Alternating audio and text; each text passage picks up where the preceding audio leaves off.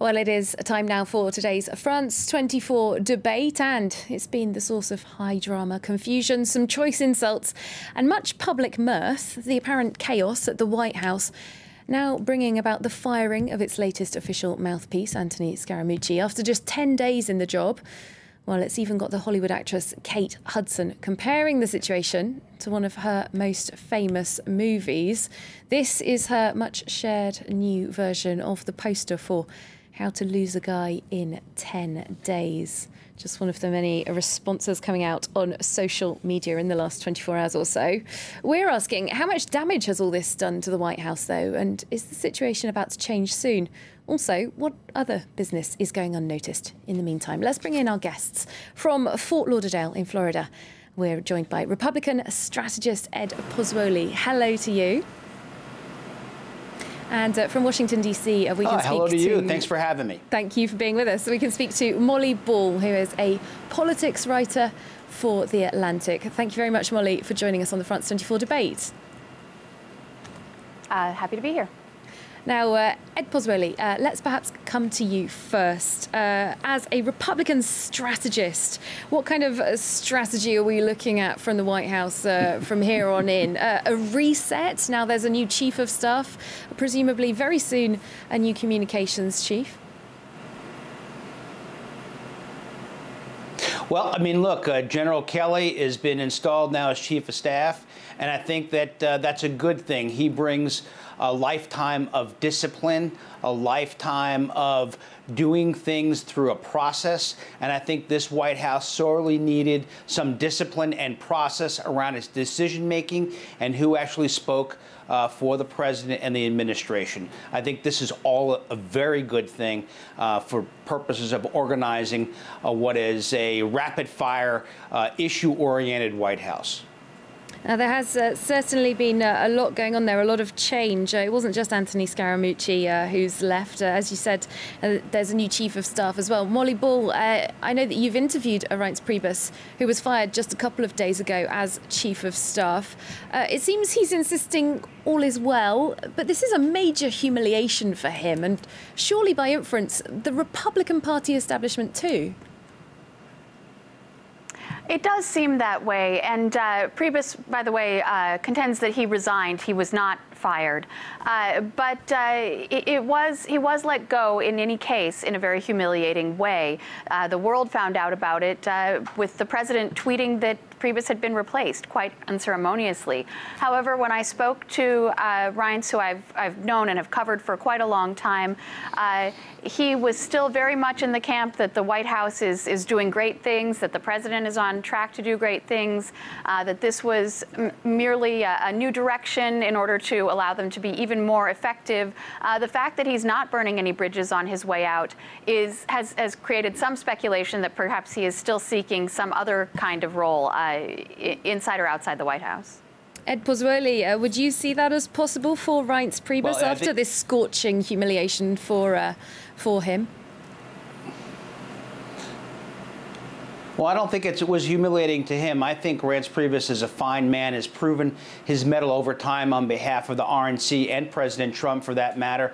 I think he's a real valuable asset, and the Trump administration should see how he's best used. But to Rance's point on this is that President Trump, on issues, on substantive matters that the American people really are interested in.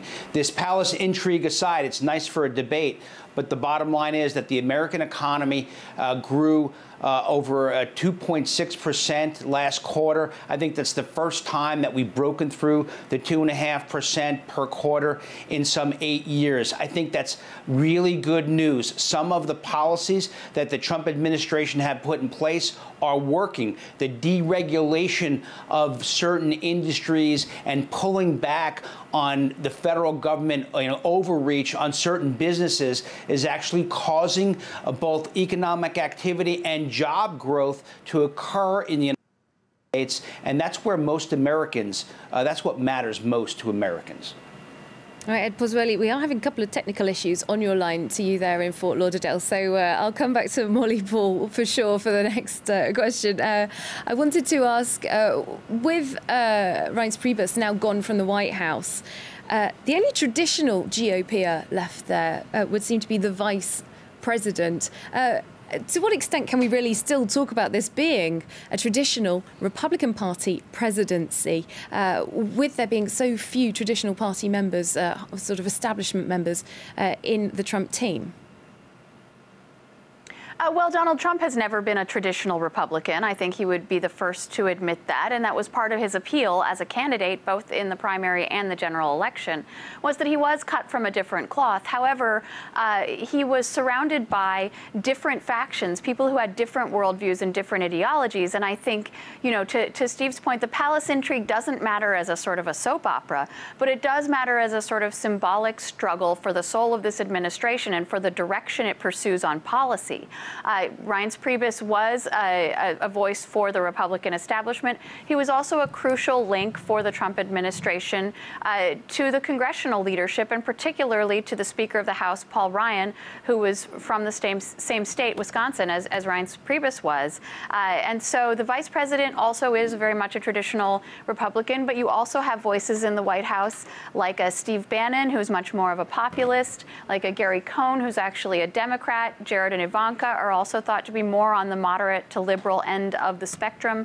And so what a lot of lawmakers, particularly the Republicans who control Capitol Hill, are wondering is whether this administration is now going to chart a different course on policy, one that is perhaps even antagonistic to the priorities of conservatives.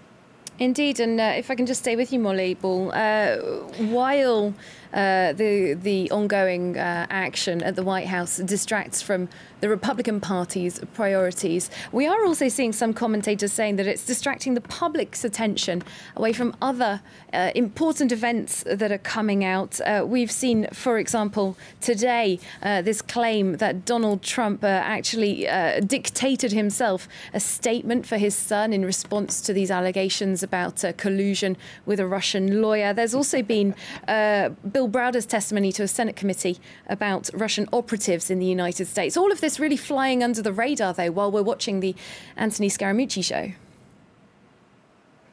Well, I wouldn't say it's flying under the radar. I mean, it's certainly been big news. But I think the larger point is, you know, I'm not a legal expert and I don't have access to whatever's going on inside the special counsel's investigation. But this investigation is going on whether it's on the front page or not. And eventually it's going to bear fruit. Either the special counsel and the Senate committees are going to find something there or they're not. So I would say it doesn't really matter whether the public is paying attention to these things or not. It doesn't diminish their importance because these investigations are continuing despite Donald Trump raging against them and despite his attempts in some cases to undermine them.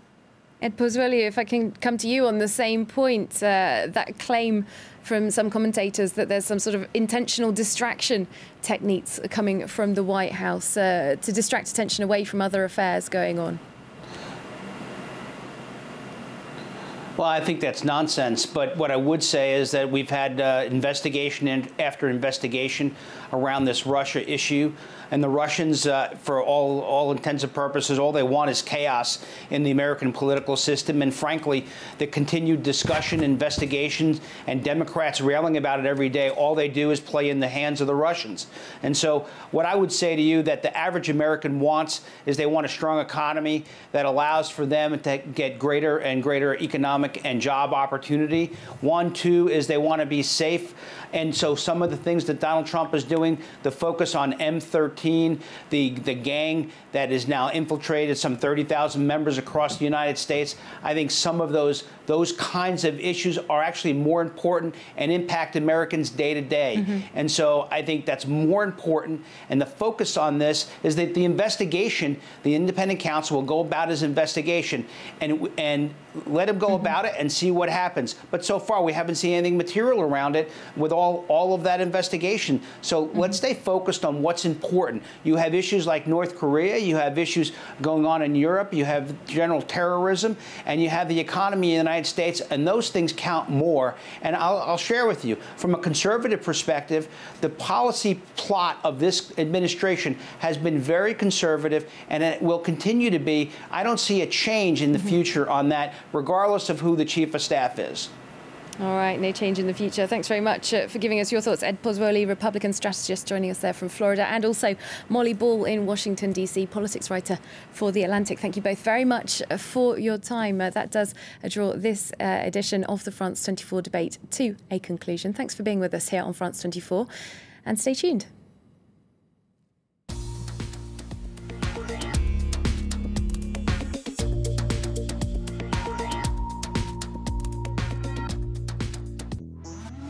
Revisited, presented by Stuart Norval. South Sudan, 2013. Civil war erupts 2 years after the country has reached independence. In an explosion of political and ethnic conflict, 3 million people abandon everything overnight. Terrified of being massacred, the refugees are trapped in overcrowded UN camps and living in appalling conditions.